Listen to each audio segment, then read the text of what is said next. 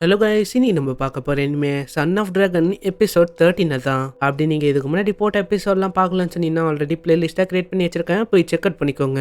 மறக்காம கீழே லைக் பண்ணுங்க. நீங்க இப்பதான் நம்ம சேனலுக்கே வரீங்கன்னு சொன்னீங்கன்னா சப்ஸ்கிரைப் பண்ணி பெல் ஐக்கன் அழுத்தி வச்சுக்கோங்க. சரி வாங்க, நம்ம டைம் மிஸ் பண்ணாம வீடியோக்குள்ள போலாம். எபிக்கோட ஸ்டார்டிங்லேயே சில பல சோல்ஜரை தான் காட்டுறாங்க. அவங்களோட மூஞ்சிலும் ஏதோ ஒரு விதமான மாஸ்க்கும் இருக்கு. இந்த சைடு அதே மாதிரி பிளாக் கலர் சூட்டை போட்டுன்னு சில பல ஆளுங்களும் வராங்க. அவங்களும் அந்த சோல்ஜர் மேல அட்டாக் பண்ண ஆரம்பிக்கிறாங்க. இதுக்கப்புறம் இன்னொரு சீனை காட்டுறாங்க. இங்க பார்த்தா ஒரு ஓல்டு மேனையும் காட்டுறாங்க. இவர் வந்து சொல்ல போனா ஒரு கேர்டேக்கர். இந்த கேர்டேக்கர் வந்து சொல்ல போனா நம்ம கென்னு தான் இங்க வச்சிருப்பாரு. அந்த கேர்டேக்கரும் உள்ள போய் பாக்குறாரு. அங்க பார்த்தா யாருமே இல்ல. இதுக்கப்புறம் நம்ம டீனா அண்ட் தேவ் இவங்க ரெண்டு பேரையும் காட்டுறாங்க. இவங்களும் குதிரை எத்தனை வேற ஒரு ஏரியாவுக்கு ஓடின்னு இருக்காங்க.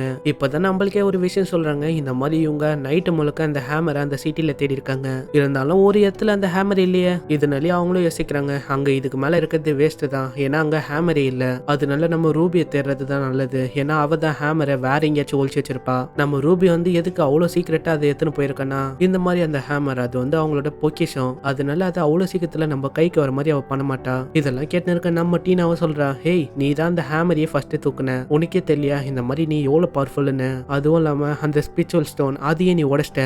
எனக்கு அதெல்லாம் முக்கியம் இல்ல. நான் வந்து அந்த மவுண்டனுக்கு போனோம். அதுவும் இல்லாம அந்த ஹேமரை திரும்பவும் கொண்டு வரணும். நீ வந்து என்ன யோசிக்கிற, இங்கல இருந்து அந்த மவுண்டன் எவ்வளவு தூரத்துல இருக்கும். நம்ம வந்து இன்னமும் கிட்ட கூட நெருங்கல. நம்ம வந்து இன்னமும் தூரமா போனோம். இதனால இவங்களும் ஒரு சைடா போய் இருக்காங்க. இதுக்கப்புறம் இவங்களும் ஒரு வேற இடத்துக்கு வராங்க. அங்க பார்த்தா இவங்களும் பிரேக்ஃபாஸ்ட் பண்றாங்க. இப்படி இவங்களும் அங்க சாப்பிடறதுக்கு வெயிட் பண்ண இருக்க. அங்க பார்த்தா ரெண்டு பேரும் இருக்காங்க. அவங்களும் பேச ஆரம்பிக்கிறாங்க. ஏய் உனக்கு வந்து தெரியுமா, இந்த பக்கத்து ராஜ்யத்துல இருக்க ஸ்பிரிச்சுவல் ஸ்டோன் அது வந்து உடைஞ்சிச்சான். அதுவும் இல்லாம அது வந்து ஒரே பஞ்சில் எவனும் ஒருத்தன் உடைச்சிருக்கான். இந்த விஷயம் வந்து இங்கே முடியல. இம்மார்டல் லார்ட் வந்து இன்னமும் ஒரு விஷயத்தை அனௌன்ஸ் பண்ணிருக்காரு. இந்த மாதிரி யார் அந்த ஸ்பிரிச்சுவல் ஸ்டோன் அதை உடைச்சாங்களோ அவங்க வந்து கிடைச்சிட்டாங்கன்னா அவங்க வந்து இம்மார்டல் லார்டுக்கு ஒரு சன்னா இருக்கலாமா. இதெல்லாம் கேட்டு நம்ம தேவ அங்க ரொம்பவே ஷாக் ஆயிடுறானா. அவனும் அங்க தண்ணி குச்சின்னு இருக்க. அந்த தண்ணியும் அவன் மேலே துப்பிடுறான். இதனாலே அவனும் ரொம்பவே கோவமாயிடுறான். டேய் நீ வந்து யாரு மேல துப்பி இருக்கன்னு தெரியுமா, நான் யாருன்னு தெரியுமா, நீ வந்து தப்பான இடத்துல கைய வச்சிட்ட. ஆனா நம்ம தேவ நீ வந்து யாருன்னு எனக்கு தெரியாதுன்னு சொல்லிடுறான். அப்பனா உனக்கு இந்த பக்கத்துல இருக்க கென்லின் அகாடமி இதை பத்தி தெரிஞ்சிருக்கும்ல. அங்க என்னோட அங்கிள் அவர் தான் டைரக்டரு.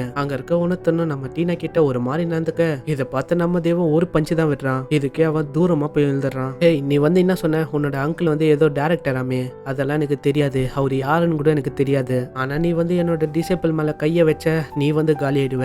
இதெல்லாம் கேட்டக்கு அப்புறமும் அவன் கத்தி எடுத்து அங்க அட்டாக் பண்ணலான்னு வர, அதுக்குள்ள அவனோட கத்தி அங்க கீழே விழுந்தது. யார் அதுன்னு பார்த்தா பின்னாடியே ஒரு பர்சன் வந்து நிக்கிறான். இவனோட பேரு டெஞ்சி. இவனும் அவனோட டெக்னிக்கை யூஸ் பண்ண. இதனால அவனோட காலம் அங்க ஒரு நாளைக்கு ஃப்ரீஸ் ஆயிடுது. அட இப்பதான் நம்மளுக்கே புரியுது, இந்த டெஞ்சி வேற யாரும் இல்ல. இந்த பையன் வந்து சொன்னால இந்த மாதிரி என்னோட அங்கிள்னு, அவர் தான் இவரு. இதுக்கப்புறம் அந்த டெஞ்சியும் நம்ம டீனா பக்கத்துல வந்து உட்காந்து சொல்றான், இந்த மாதிரி நான் நினைச்சு கூட பார்க்கல, இந்த மாதிரி நீ இங்க இருப்பேன்னு. இதெல்லாம் பார்த்துன்னு இருக்க நம்ம தேவம் அங்க வந்து சொல்றான், இந்த மாதிரி தள்ளிப்போ, ஏன்னா நான் தான் இந்த சைனீஸ் அனிமேல ஹீரோ. அப்பனா நான் தான் இங்க உட்காந்து பேசுவேன். இது கேட்டோடனே அவரும் கொஞ்சம் தள்ளி போயிட்டு திரும்பவும் நம்ம டீனா பக்கத்துல வந்து உட்காந்துக்கிறாரு. என்னை வந்து மன்னிச்சிருமா, இந்த மாதிரி அவன் எதுக்கு தெரியுமா என்ன அங்கிள்னு கூப்பிட்டான். இந்த மாதிரி ரீசெண்டா கொஞ்ச நாளுக்கு முன்னாடி தான் அவங்களோட ஆன்டிக்கு நான் ஆப்ரேஷன் பண்ணேன். ஆனா என்ன ஆச்சு தெரியல, அவங்க வந்து சில நாள்லயே அவங்க வந்து இறந்து போயிட்டாங்க. அவனுக்குன்னு ஒரு ரிலேஷன்னா அந்த ஆன்டி ஒண்டி தான். இப்போ அவங்களும் இல்லையா, அதனால இவன் என்னதான் அவனோட அங்கிளா ஏத்துக்கினா. அதனாலே என்னவோ தெரியல, அவன் வந்து என்ன ரிலேஷனா நினைச்சுன்னு இருக்கான். ஆனா இவன் இப்படி சுத்துறதும் நல்லதுக்கு இல்ல.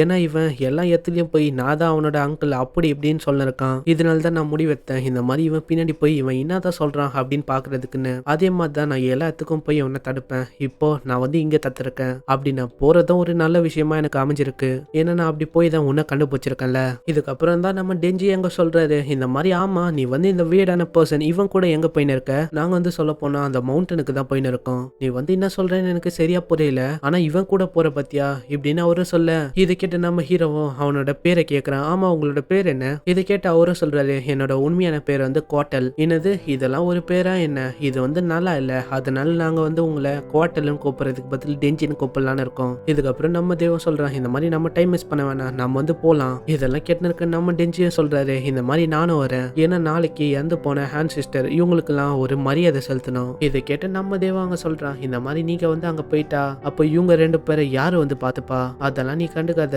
இவங்க வந்து என்னோட ஸ்டூடெண்ட், அதனால எனக்கு என்ன பண்ணணும்னு எனக்கு தெரியும். இதுக்கப்புறம் டெஞ்சியும் கேட்கறாரு, ஆமா நீங்க வந்து எப்படி அங்க போறீங்க, இந்த குதிரையில போறீங்க. ஆமா நாங்க வந்து இதில் தான் போறோம். என்னது இந்த குதிரையில ரெண்டு பேரா, ஆமா அதுல என்ன, அப்போனா நீங்களும் வாங்க. இதுல வந்து எந்த விதமான பிரச்சனையும் இல்ல, 3 பேர் கூட போலாம். அட போப்பா, இதுல போனா எப்படியோ 2 நாள் கிட்ட ஆகும். நான் வந்து இதுல போறதுக்கு நான் வந்து பறந்தே போயிடுவேன். என்னது இதுல போனா சீக்கிரமா போயிடலாமா. ஆமா இதனாலே அவங்களும் அங்க அதுல உட்காந்து போக ஆரம்பிக்கிறாங்க. இதுக்கப்புறம் சோல்ஜர்ஸோட டெட் பாடியும் காட்டுறாங்க. அதாவது ஸ்டார்டிங்ல சில பேர் ஃப்ரீஸ் ஆகி கிடந்தாங்கல்ல, அவங்களோட டெட் பாடி தான் இதெல்லாம் பார்த்துன்னு இருக்க நம்ம மேக்ஸும் அங்க ஷாக் ஆகி நின்று இருக்கான். அப்படியே அவனும் வாழை பார்க்க அங்க ஏதோ ஒரு விஷயத்தையும் எழுதி வச்சிருக்காங்க. அந்த வால்ல என்ன போட்டிருக்குதுன்னா, நீங்க அந்த பையனை குறைச்சி எடை போடக்கூடாது, அது நல்ல ஜாக்கிரதையா இருங்க. இப்படி இவங்க சொல்றதோட இங்கே இந்த எபிசோட முடியுது. இந்த எபிசோட உங்களுக்கு பிடிச்சிருக்கும்னு நினைக்கிறேன். பிடிச்சிருந்தா கீழே லைக் பண்ணி இந்த எபிசோட் எப்படி இருந்துச்சுன்னு கீழே கமெண்ட் பண்ணி சொல்லுங்க. நீங்க இது வரைக்கும் நம்ம சேனலை சப்ஸ்கிரைப் பண்ணலன்னு சொன்னீங்கன்னா சப்ஸ்கிரைப் பண்ணி பெல் ஐக்கன் அழுத்திச்சுக்கோங்க. இவங்க இந்த வீடியோ தூரம் முடிச்சனால நானும் இந்த வீடியோவை இங்கே முடிச்சுக்கிறேன். உங்களை நான் அடுத்த எபிசோட்ல சந்திக்கிறேன். அது வரைக்கும் sayonara.